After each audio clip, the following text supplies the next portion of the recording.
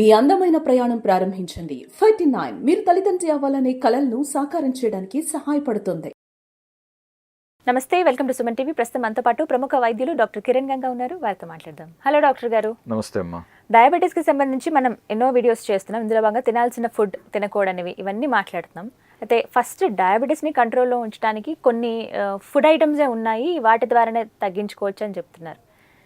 ఇవి విన్నప్పుడు కొంతమంది అడిగిన డౌట్ ఏంటంటే, ఎర్లీ మార్నింగ్ మెంతులు మన ముందు రోజు నైట్ నానబెట్టిన ఆ వాటర్ని ఎర్లీ మార్నింగ్ మేము తీసుకుంటున్నామండి, బాగానే తగ్గిందని చెప్పి ఇలా మాకు తెలిసిన వాళ్ళు చెప్పారు. నేను అదే పద్ధతి ఫాలో అవుతున్నాను, కానీ రిజల్ట్ ఏదో కనిపించట్లేదండి అని ఒకరు. నిజంగానే మెంతులు వాటర్ తాగితే తగ్గుతాయా అసలు? మరి నాకెందుకు అంటే ఎందుకు కంట్రోల్ అవ్వట్లేదని చెప్పి ఒక కామెంట్ వచ్చింది మనకి. ఇది ఎంతవరకు నిజం?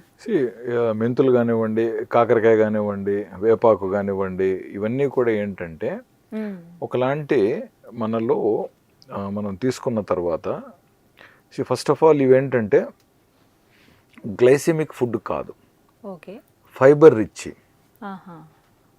రెండోది లోయెస్ట్ గ్లైసెమిక్ ఫుడ్ ఇది. కాబట్టి ఇవి తిన్నప్పుడు షుగర్ పెరిగే ఛాన్సెస్ లేవు. అయితే ఇవి ఇవి ఇవి తిన్నప్పుడు వీటి ద్వారా షుగర్ పెరిగే ఛాన్సెస్ తక్కువ. ఓకే, వేరే ఆహారం కాదు ఇక్కడ పాయింట్, ఓన్లీ మెంతులు, కాకరకాయ, అవును వేపాకు. అవును, ఇలాంటివి మనం తీసుకుంటే, ఎందుకంటే ఇవి లో గ్లైసెమిక్ ఫుడ్. అర్థమైంది. కాబట్టి ఇవి తిన్నప్పుడు షుగర్ పెరిగే ఛాన్సెస్ లేవు, తక్కువ. అంటే వీటి వల్ల, ఈ పర్టికులర్ పదార్థాల వల్ల. అంతేకాకుండా ఇవి కొంచెం ఇన్క్రిటిన్స్ని రిలీజ్ చేసే ఛాన్సెస్ ఉంటాయి ఇంటెస్టైన్స్లో. ఇవి అరిగిన తర్వాత కొంచెం లైట్గా ఇరిటెంట్స్ కూడా ఇవి. అంటే మంచిదన్నమాట, ఇన్క్రిటిన్స్ని రిలీజ్ చేస్తాయి. సో ఇన్క్రిటిన్స్ ఏంటంటే కొంచెం ఇన్సులిన్ రిలీజ్ కూడా హెల్ప్ చేయగలుగుతాయి. బట్ ఇన్సులిన్ ఎప్పుడు రిలీజ్ అవ్వగలుగుతుంది? ప్యాన్క్రియాస్ ఆరోగ్యంగా ఉన్నప్పుడు. అంటే ఈ మధ్య కాలంలోనే షుగర్ బయటపడి HbA1c 7.5 8.5 రేంజ్లో ఉంది. ప్లస్ గతంలో వీళ్ళు తెలిసి తెలియక రైస్ ఎక్కువ తీసుకున్నారు, కొంచెం షుగర్లు, స్వీట్లు ఎక్కువ తీసుకున్నారు. సో టెస్ట్ చేస్తే షుగర్ బయటపడింది. ఇప్పుడు ఈ వైట్ రైస్ని అవాయిడ్ చేసుకుంటూ లో గ్లైసెమిక్ ఫుడ్కి వస్తూ లో కార్బ్ డైట్ తీసుకుంటూ టీ కాఫీలలో షుగర్ పూర్తిగా అవాయిడ్ చేసి బెల్లం లేకుండా ఉదయాన్నే మంచిగా వాకింగ్, ఎక్సర్సైజు, వీలైతే వ్యాయామము, గంట సేపు యోగా, లేదా ఒక 10-20 సూర్య నమస్కారాలు, లేదా మోడరేట్గా జిమ్ము, లేదా స్విమ్మింగు, లేదా జుంబా డ్యాన్సు, ఇలాంటివన్నీ చేసుకుంటూ మంచి నిద్రాహారాలు పాటిస్తూ మనసుని కూడా స్థిమితంగా పెట్టుకుంటూ ఆగ్రహాన్ని తగ్గించుకుంటూ రాగద్వేషాలు లేకుండా ప్రశాంతంగా ఉంటూ, ప్లస్ కొంచెం మీరు ఇలాంటివి మెంతులు కానీ, కాకరకాయది కానివ్వండి, లేదా వేపాకుతో చేసిన చిన్న ఉండలు కానివ్వండి, ఏదైనా కొంచెం తీసుకున్నారు అనుకుందాం, ఫైన్, దాంతో ఎటువంటి నష్టం లేదు. అండ్ షుగర్స్ కాస్త ఒక 20-30% షుగర్ లెవెల్స్ తగ్గే ఛాన్సెస్ ఉంటాయి. ఇవి డైలీ తీసుకోవడం మంచిదేనా? ఇది కూడా ఒక క్వశ్చన్ అండి.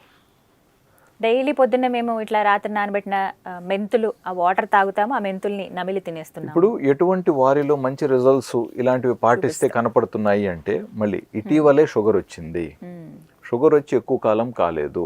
సో ప్యాన్క్రియాస్ ఫంక్షన్ బాగుంది, ప్యాన్క్రియాస్ బీటా సెల్ రిజర్వ్ అనేది బాగుంది. కాబట్టి వీళ్ళు ఎప్పుడైతే ఈ ఆహారం, మిగతా ఆహారాల మార్పులు కూడా చేస్తూ ఇవి కూడా తీసుకుంటారో, షుగర్ లెవెల్స్ ఒక 20% తగ్గినాయి అనుకుందాం. సో 220 ఉన్న షుగరు 20% తగ్గినాయంటే ఎంత అయింది? అరౌండ్ దాదాపు 160కి వచ్చినట్టేగా. సో HbA1c 1.5% వరకు తగ్గే ఛాన్సెస్ ఉన్నాయి. సో ఇది ఆల్రెడీ నిరూపించబడింది కూడా. ఆహార నియమాలు, వ్యాయామం చేసుకోవటం ద్వారా HbA1c 1-2% వరకు తగ్గుతుంది. కాబట్టి ఇవి కూడా ఆహారమే అంటున్నాను నేను. కొంచెం ఔషధ గుణాలు ఉండొచ్చు, మంచిది. బట్ నేను కాకరకాయ తింటున్నాను, నేను ఇన్ని మెంతులు తింటున్నాను కాబట్టి నేను మధ్యాహ్నం మామిడి పండు రసం తాగుతాను, సాయంత్రం సాఫ్ట్ డ్రింక్ తాగుతాను, రాత్రి నేను ఐస్ క్రీమ్ తింటాను అంటే పనికిరావు. అదేదో తెలుగులో సామెత ఉంది కదా, ఆదాయం ఎంత ఖర్చు ఎక్కువ అన్నట్టు. అట్లా. సో మనము తీసుకుంటే ఆహారానికి మనం ప్లస్ శారీరక శ్రమ ఎంత పెడుతున్నాం, ఇది ఎప్పుడు ఫండమెంటల్ ఫార్ములా అండి. మీరు ఏ క్వశ్చన్ అడిగినా నేను ఇది చెప్తాను.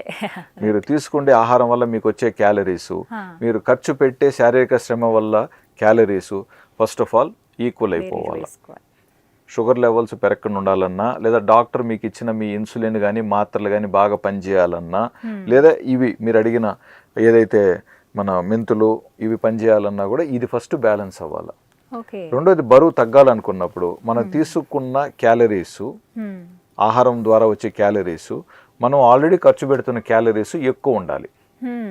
అప్పుడు వెయిట్ తగ్గుతాం. లేదు కొంతమంది చాలా బక్కగా ఉన్నారు, ఒక 3 కిలోలు పెరిగితే మంచిదని డాక్టరే అన్నారు. అటువంటప్పుడు మనం ఖర్చు పెట్టే క్యాలరీస్ శారీరక శ్రమ వల్ల మనం ఆహారం వల్ల తీసుకునే క్యాలరీస్ కొంచెం ఎక్కువ రావాలి. ఇది ఫార్ములా ఎప్పుడు కూడా. ప్లస్ ప్యాంక్రియాస్ లో ఇన్సులిన్ ఉత్పాదన చేసే శక్తి బాగున్నట్లయితే ఇట్లాంటి మనం ప్రయత్నాలు చేసినప్పుడు షుగర్ లెవెల్స్ కాస్త బెటర్ గా కంట్రోల్లోకి వచ్చేస్తాయి. ఇందాక మీరు అన్నారు సార్, అంటే ఎర్లీగా ఎవరికైతే కనుగొన్నారో, అంటే ఈ మధ్య కాలంలో డయాబెటీస్ ఉందని చెప్పి కనుక్కున్నారో వాళ్ళలో కొంచెం ఏమైనా రిజల్ట్ కనిపించవచ్చు అన్నారు. డెఫినెట్లీ కొన్ని సంవత్సరాలుగా కొంతమంది చెప్తున్నారండి, మేము అసలు మందులే తీసుకోవట్లేదు, ఎప్పుడు నా దినచర్య ఇదే, మెంతులు వాటర్ తాగడము, వీక్లీ 2 or 3 ఇలా వేపాకు చిగుర్లు నమలటము, మ్యాక్సిమం వారంలో ఒక 2-3 రోజులు కాకరకాయ కూర తినడము, ఇలా మేము చేస్తూ ఉన్నాము, అలా కూడా మాకు కంట్రోల్లోనే ఉన్నాయిలే అనే వాళ్ళు ఉన్నారు. మంచిది. ఇప్పుడు మీరు పాటిస్తున్నారు, మీ షుగర్ కంట్రోల్లోనే ఉంది, సంతోషం. అంతకంటే ఏం కావాలి? ఇప్పుడు డాక్టర్గా మనం కోరుకునేది కూడా అందరి షుగర్ కంట్రోల్లో ఉండాలనేగా. అది అందరికీ వర్తిస్తుందా అనేది ఇప్పుడు మీరు ప్రయత్నిస్తున్నారు. ఎంతమంది ఎవరికి షుగర్ తగ్గిందో, లేదా ఎవరికి ఇది ప్రయత్నించినా కూడా షుగర్ తగ్గలేదో ప్రేక్షకులకి తెలుసుగా. ఇప్పుడు మీకు తగ్గింది కదా, సంతోషం, కంటిన్యూ చేయండి.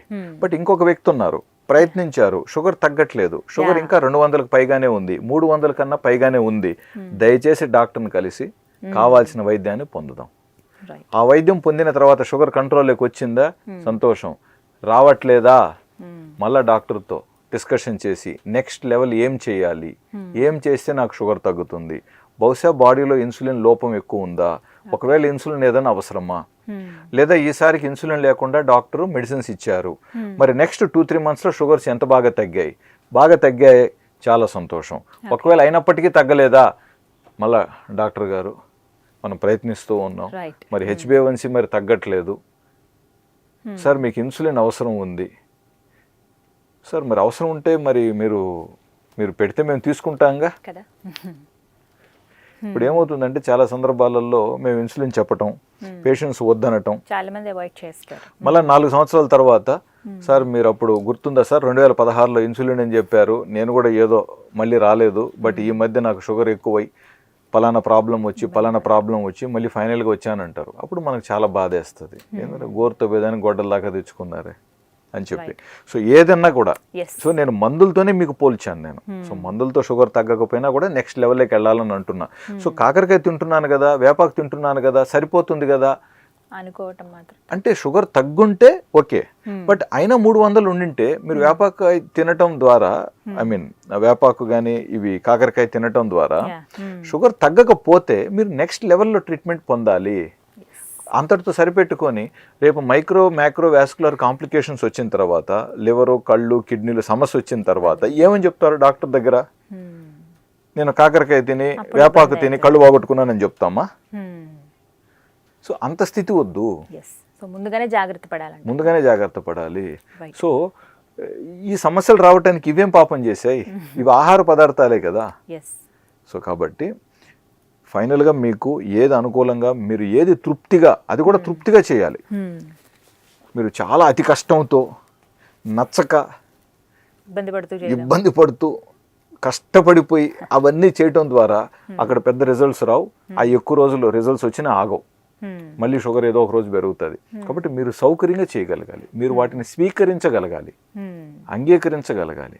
ఈవెన్ నేను ఇచ్చే ఇన్సులిన్ మాత్రలైనా సరే మీరు వాటిని అండర్స్టాండ్ చేసుకొని తీసుకున్నప్పుడు మంచి రిజల్ట్స్ వస్తాయి. లేకుండా ఉంటే డోసెస్ పెంచుతూ ఉండాల్సిన అవసరం వస్తుంది అనమాట. సో క్లారిటీ అయితే ఇచ్చారు డాక్టర్ గారు. థ్యాంక్ యూ అండి. నమస్తే.